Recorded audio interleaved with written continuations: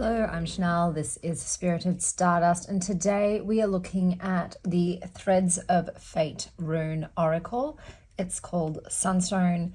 This is part of a Kickstarter campaign, so I bought 2 decks from this campaign, and the total was $126. I believe that's in US dollars. So I'll put the breakdown up above of what it costs, and I backed this in May.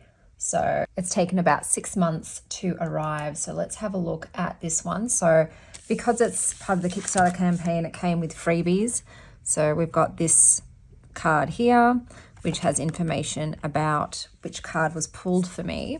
So they give you a free card. And the one that I got was this. It says Get Creative. And that's the back. So that's the free card pull. I then got this little goodie bag here. I'll open it up. Okay, so we'll start with this coin. I'll see if I can read what it says. It says, structure gives way to freedom, the path toward appears. And then on this side, it says, the wings fold in, I gift my desire to a future moment. At least I think that's what it says. It's a bit hard to read. So this is a gold coin. And we've got some stickers here. Their artwork. Are they the right way? Yes. Then each deck came in its own bag. So this is the bag this one came in. And this is the box. So that's what it looks like. There are 34 cards, so 24 runes and 10 bonus. So it already tells you that it's got spot UV, matte black edges, and a 130-page booklet. So this is the magnetic closure box. That's the inside. Okay, so here is the guidebook. So it's a satin cover. It's full gloss color pages. So you've got the index. You've got about using Sunstone. So this is about sort of the runes, how to use the deck. So once again, there's just more information about the runes. Then you've got some spreads here, which seem to be focused on Nordic mythology. So each card, okay, so we've got the rune, we've got a poem, the title of the rune, what it means, sentence, symbolism, Norwegian rune poem, the upright meaning, the reversed meaning, and information about the art. So it is like that for all of the runes. So let's skip to the other extras. So let's just take a look through the book. And we've got cards of Midgard. Okay, so you've got some sort of Nordic mythology adjacent cards to do with that, yep. And then resources at the end. So that is the guidebook. You've got a little index card here. So I guess you can quickly skip to the, that's raised and spot gloss. So these are the backs of the cards. And they do have the matte black edging. In regards to the card stock itself, these are very thick boys, so they're thick. I probably would not want to bend these, to be honest with you. I don't want to. So I'm not even going to try to riffle shuffle these, but they do have the spot gloss on them. And besides the spot gloss, they feel like a satin, so they're very smooth. And this also has spot gloss on the back. So let's take a look at the cards.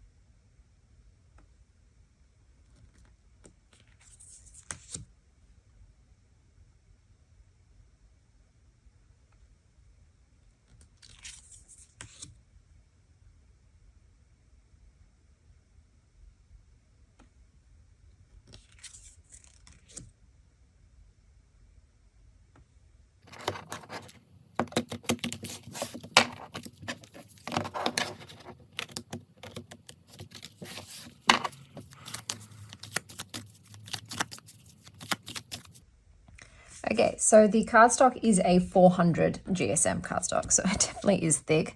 Yeah, I wouldn't want to bend it, but they overhand beautifully. They've got a lovely overhand shuffle. So we'll look up this card here. I have absolutely no clue with runes, and I think that's why they've got this here, so you can just find the picture really easily. So this one is Flipthrough. So let's read for Flipthrough. I will catch lightning on my tongue, capture thunder in a jar, hang amongst the stars, and from my fingertips out will come gold. I will return to the well until it's my last time, and the mystery has reclaimed me. Flipthrough. Lot. The holder of mystery. Symbolism. Game, mastery, practitioners, divination, transformation. Old English rune poem.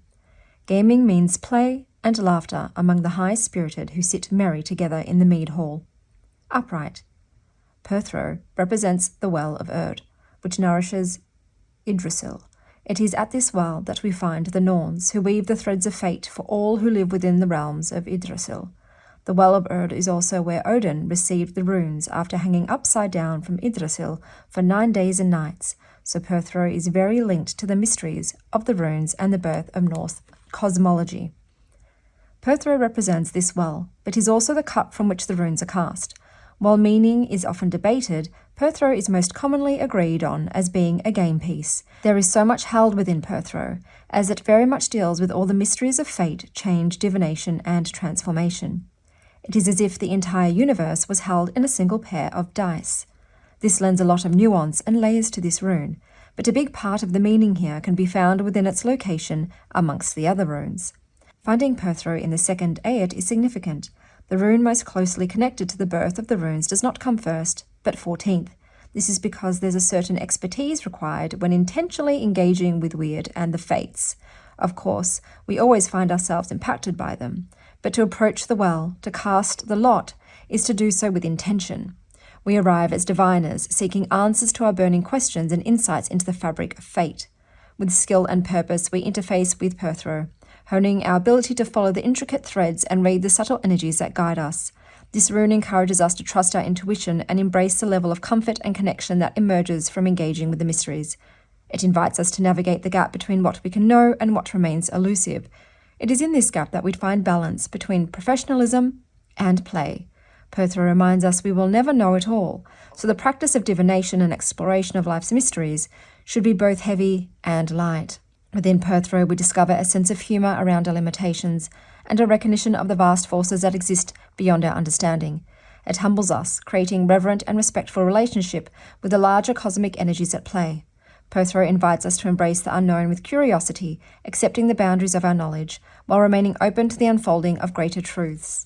Flipthrough reversed indicates a lack of information, because we approach the well with intention in the upright meaning of Flipthrough. In its reversal, we find that it may not be the best time to be seeking. We bring ourselves to each inquiry, and we don't always arrive the same. It may be a good idea to detach and shift your energy a bit. The art. Because Flipthrough is a rune of mastery, I wanted to create an image that centers on the user. We see the outline of a person with the cosmos within them. They have the knowledge and connection to be able to be a practitioner. The rune sitting within their mind represents the mastery and know-how. The chaos around them represents the larger forces that will always be a mystery, even to the most skilled.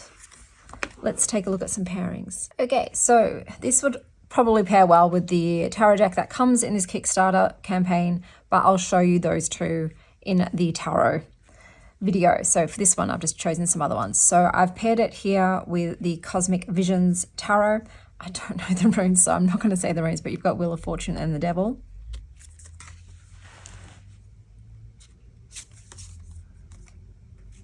The High Priestess, Four of Pentacles.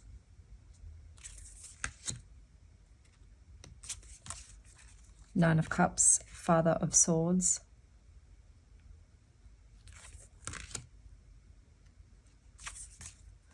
The Moon, the Empress.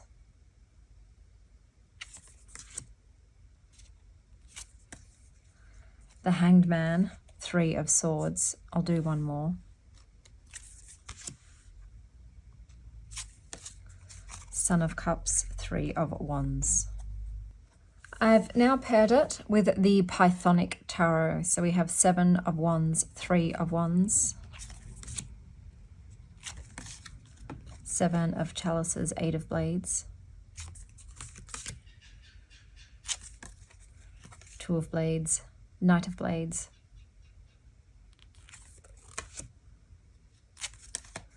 Eight of Chalices, Temperance,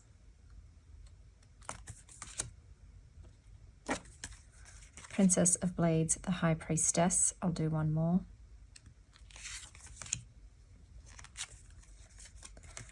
Ten of Crystals, Two of Wands. I've now paired it with the Dreamy Moons Tarot. So we have 6 of Cups, Queen of Cups,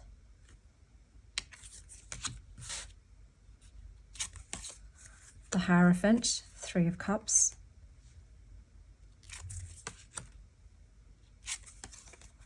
Nine of Wands, 3 of Stars,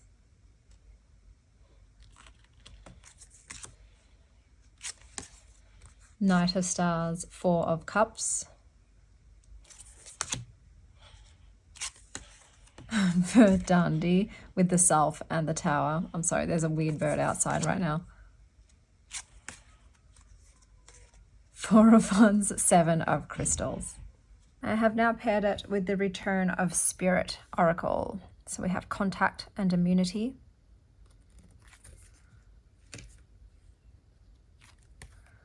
Right Order and Innocence,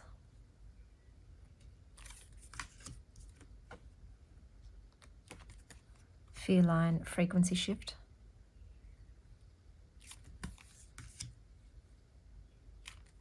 Sexuality and Union,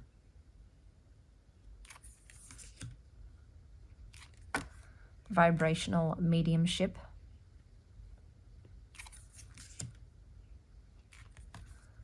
Commitment Power,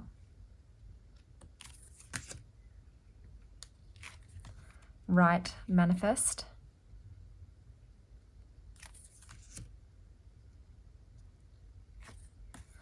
Love and Storm,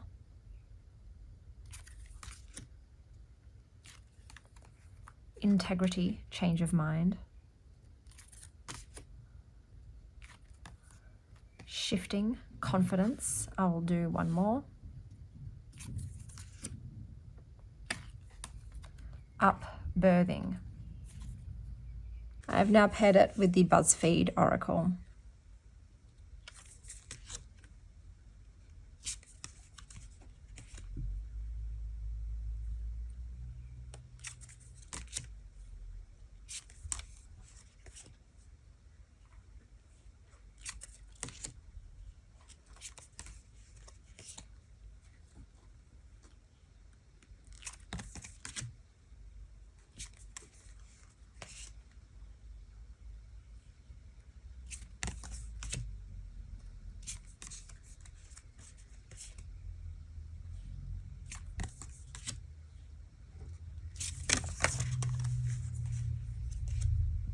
I'll do one more.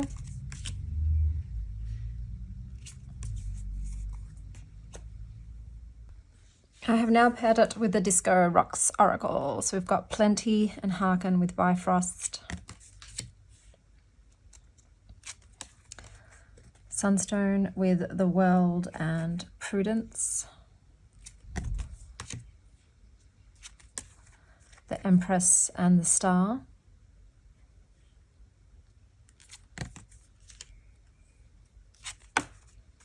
Equanimity and Ataraxia,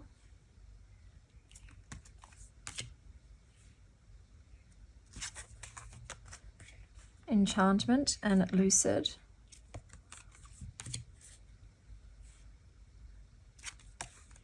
Yes and Kindred,